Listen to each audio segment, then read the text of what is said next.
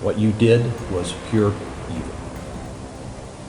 You provided no mercy to your son and deserve no mercy from this court. Is it motive for beating the child to death?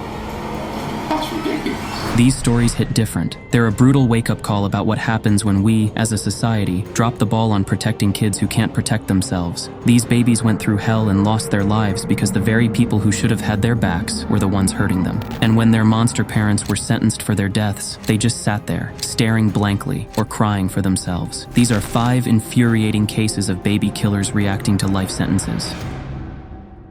Zachary Bogas was born in Hawaii in 2008 to parents Jessica Dutro and Zachary Bogas Sr. From the beginning, his life was marked by instability. At just 4 months old, he and his older sister were placed in foster care when Jessica faced legal troubles for assaulting her mother's foster son. This was the kind of family they were born into. It's a sad remark, but it seems like they had no chance at a normal, happy life, or at a life at all. A judge ordered Jessica to take parenting and anger management classes after the incident. Zachary lived with foster mother Kate Cruz for over a year, who later described him as a happy, affectionate toddler who loved to be chased, tickled, and cuddled. She called him the kissing bandit because he would run across the room just to get a kiss. Kate said everyone who met Zachary wanted to hold and hug him. Tragically, Jessica regained custody after apparently completing her court-ordered classes. You could say anyone deserves a second chance, but this one didn't. She moved with the children to Oregon, leaving their father behind. There, she met a new boyfriend, Brian Cody Weirich. The couple and Jessica's children ended up living at a family homeless shelter in Tigard, Oregon in 2012. On August 13th, 2012, Zachary turned 4 years old. The next day, Jessica and Brian called 911 claiming Zachary had collapsed. Emergency responders found the little boy unresponsive and rushed him to the hospital. Doctors were shocked to find out Zachary had several internal injuries, including 2 perforations in his small intestine caused by blunt force trauma. The injuries appeared to have happened around a day or 2 before he collapsed. Initially, both Jessica and Brian denied knowing how Zachary was hurt, but it didn't take long for these monsters to confess. As they were interviewed several times, Brian admitted to kicking Zachary in the stomach 2 days earlier because he, quote, didn't listen to him.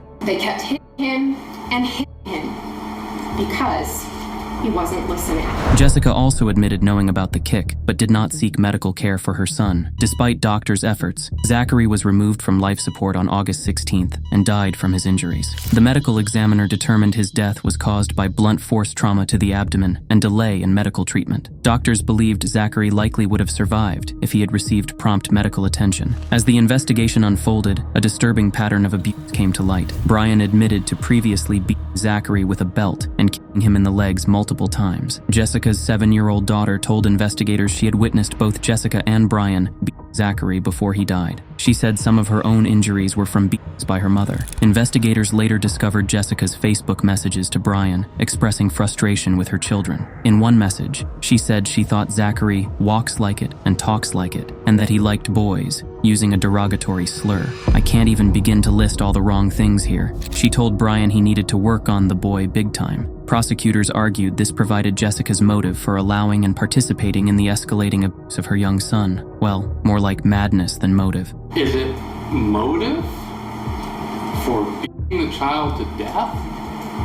That's ridiculous. In the end, Jessica was convicted of murder and sentenced to life in prison. This was her face as she listened to the verdict. Knowing why she did what she did, it's more likely her tears are for herself. Brian pleaded guilty to manslaughter and assault and received 12.5 years. Thankfully, Zachary's sister was taken into protective custody, but that doesn't put an end to the pain she suffered for the first 7 years of her life. Zachary's case reveals multiple missed opportunities to intervene. The initial court-ordered classes for Jessica were clearly insufficient to address her abusive tendencies. Child welfare authorities failed to monitor the family after she regained custody adequately, and in the homeless shelter where they lived, staff members had contact with the family but did not recognize or report signs of abuse before it was too late.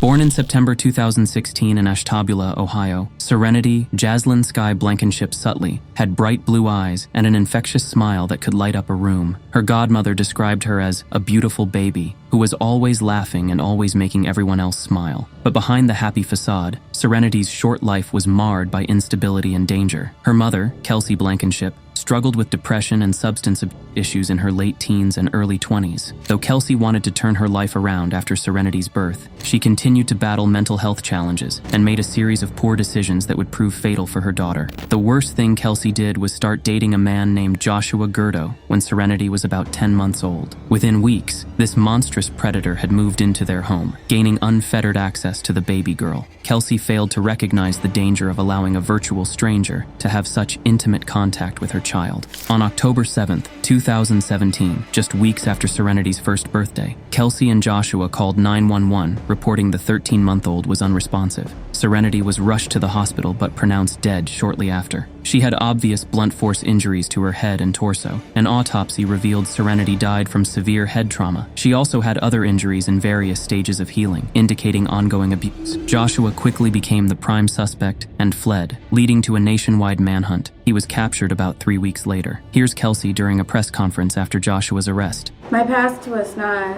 a very good one, but when I held my little miss in my arms for the first time, I gained a spiritual awakening.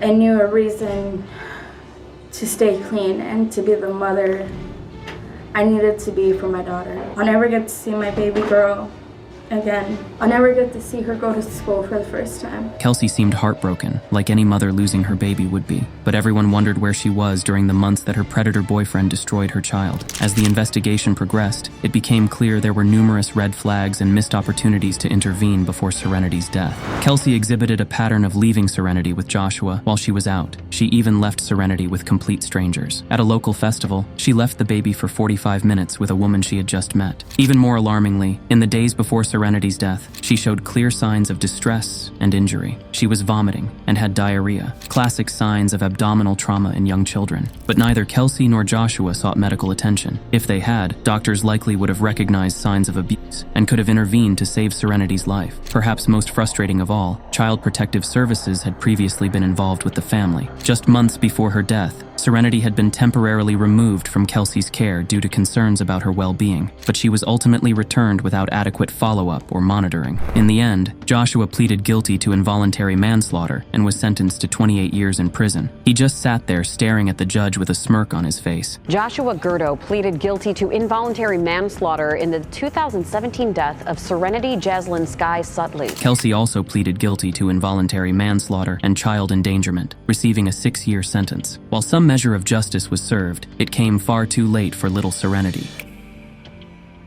Grace Packer's story is perhaps the most heartbreaking of all, as she was victimized not just by abusive parents, but by a broken system that repeatedly failed her. Born in 2001, Grace entered the foster care system at age 3 due to her biological parents' issues with mental illness and intellectual challenges. In 2007, 6-year-old Grace and her younger brother were adopted by Sarah and David Packer. The Packers seemed like ideal parents on paper. Sarah worked as an adoption supervisor for a county child welfare agency, while David was a licensed foster parent. Remember that. These two had cared for dozens of foster children over the years, but behind closed doors, the Packers were monsters. In 2010, David was arrested for essaying Grace and another foster daughter. He pleaded guilty and went to prison. Shockingly, Grace and her brother were allowed to remain in Sarah's care. Grace tried to find moments of happiness, volunteering with special needs students at school, but her home life continued to deteriorate. In 2013, Sarah began dating Jacob Sullivan, a man who would prove to be even more sadistic than David. For years, Grace endured escalating abuse at the hands of Sarah and Jacob. She briefly escaped to live with relatives in North Carolina, but was forced to return to Pennsylvania in late 2015. On July 8, 2016, Sarah and Jacob enacted a sickening plan they had been plotting for months. They took 14-year-old Grace to an attic, where Jacob brutally essayed her as Sarah watched. They then drugged Grace, bound and gagged her, and left her to die in a sweltering cedar closet. When they returned hours later to find her still alive, Jacob choked her to death while Sarah looked on. For months, the couple kept Grace's remains in their home, eventually dismembering and discarding her body in the woods. Sarah reported Grace missing, but showed little genuine concern, while her daughter's whereabouts were allegedly unknown. It wasn't until October 31st, 2016, that Grace's remains were discovered by hunters. The subsequent investigation revealed the full horror of what she had endured. Both Sarah and Jacob eventually confessed and were sentenced to life in prison. Sarah Packer formally pleaded guilty in the 2016 murder and dismemberment of her 14-year-old daughter, Grace. She was then sentenced to life in prison. Packer says she plotted with her boyfriend, Jacob Sullivan, to kill Grace. Yesterday, Sullivan was sentenced to death. Neither showed any expression as they were sentenced. Jacob didn't seem to care about going to death row. Grace's case represents a catastrophic failure at every level of the child welfare system. How could Sarah, a woman entrusted with overseeing adoptions, be allowed to keep custody after her husband was convicted of abusing their adopted daughter? Why were there no welfare checks or follow-ups given the family's troubling history? Erica Michelle Marie Green was born on May 15, 1997, in an Oklahoma prison to Michelle Johnson, who was serving time for larceny. Erica's early life was marked by instability and neglect. After her mother's release, Erica lived with a family friend until 2001, when Michelle reclaimed custody and moved to Kansas City with her new boyfriend, Harold Johnson. Their relationship was based solely on getting high. On April 28, 2001, police discovered the decapitated body of a young girl in a wooded area near Hibbs Park in Kansas City. Unable to identify her, authorities dubbed her Precious Doe. Despite national attention and extensive efforts to identify the child, the case went cold for years. In 2005, Harold Johnson's grandfather came forward with information that led to the identification of Erica Green as Precious Doe. Michelle Johnson and Harold Johnson were arrested and eventually confessed to Erica's murder. According to their confessions, Harold, high on PCP and alcohol, became enraged with 3-year-old Erica for not going to sleep. He violently kicked her in the head, causing her to lose consciousness. Instead of seeking medical help, Michelle and Harold left Erica unattended for 10 to 14 hours, resulting in her death. They then decided to dispose of her body in the woods. Harold removed Erica's head with hedge clippers to prevent identification. I asked him, what did he do? What did he say?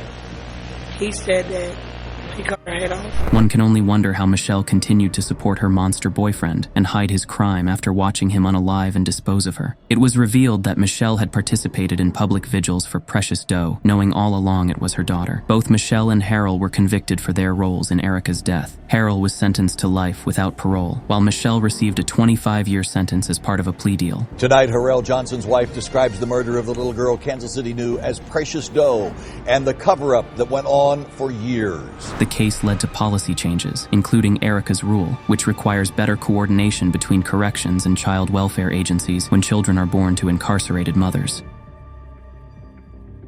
There is no case worse or more heartbreaking than that of Takota Collins. 10-year-old Takota Collins died on December 13, 2019, after enduring years of severe abuse at the hands of his father, Almutahan McLean, McLean's girlfriend Amanda Hinsey, and her sister Jennifer Ebert. When paramedics arrived at McLean's home, they found Takota unresponsive, with visible bruises and injuries covering his body. The subsequent autopsy revealed horrific abuse, including hundreds of external injuries, internal bruising, and signs of long-term maltreatment. Investigation revealed that Takota had been subjected to unimaginable cruelty. He was confined to a filthy, dark attic, deprived of clothing, food, and basic necessities.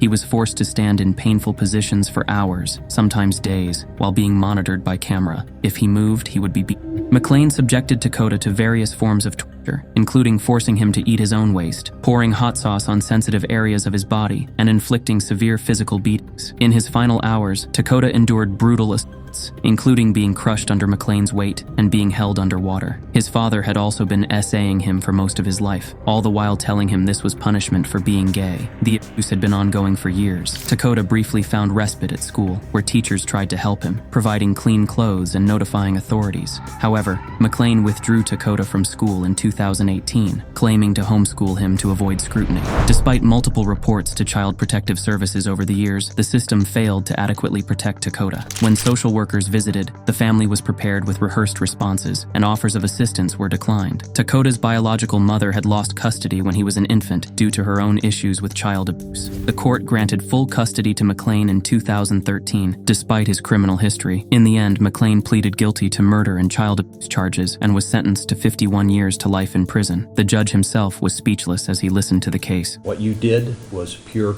evil.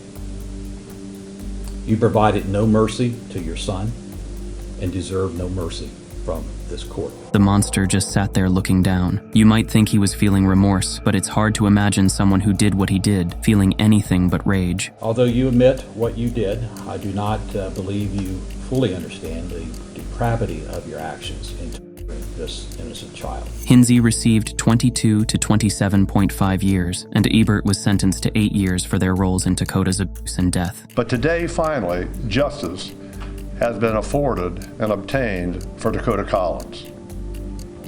Defendant McLean, the victim's father, was sentenced to life imprisonment and will not be eligible for parole until he has served a minimum of 51 years in the penitentiary. These stories are difficult to hear, but we owe it to their memories to learn from these failures and take action to better protect vulnerable children. Protecting kids isn't just someone else's job, it's on all of us. If something feels off about how a child is being treated, don't just scroll past. Speak up, even if you're not 100% sure. It's way better to be wrong than to stay quiet and let bad stuff keep happening. We've got to level up how we look out for kids, from better checking out foster parents to teaching kids it's okay to talk if someone's hurting them. And let's not forget about helping parents who are struggling. Sometimes, that's the key to stopping abuse before it starts. Keep your eyes open for weird changes in how kids act or look. By staying alert and having each other's backs, we can make things safer for every kid out there. Zachary, Serenity, Grace, Erica, and Takota deserved so much better than the brief, painful lives they endured. By taking a hard look at where things went sideways in these cases, we can hopefully stop other kids from going through the same nightmare. What do you think we can do collectively to keep the little ones in our lives safe? How much can we intervene when a child we don't know is in danger? Leave a comment down below. And before you go, don't forget to like and subscribe. See you soon.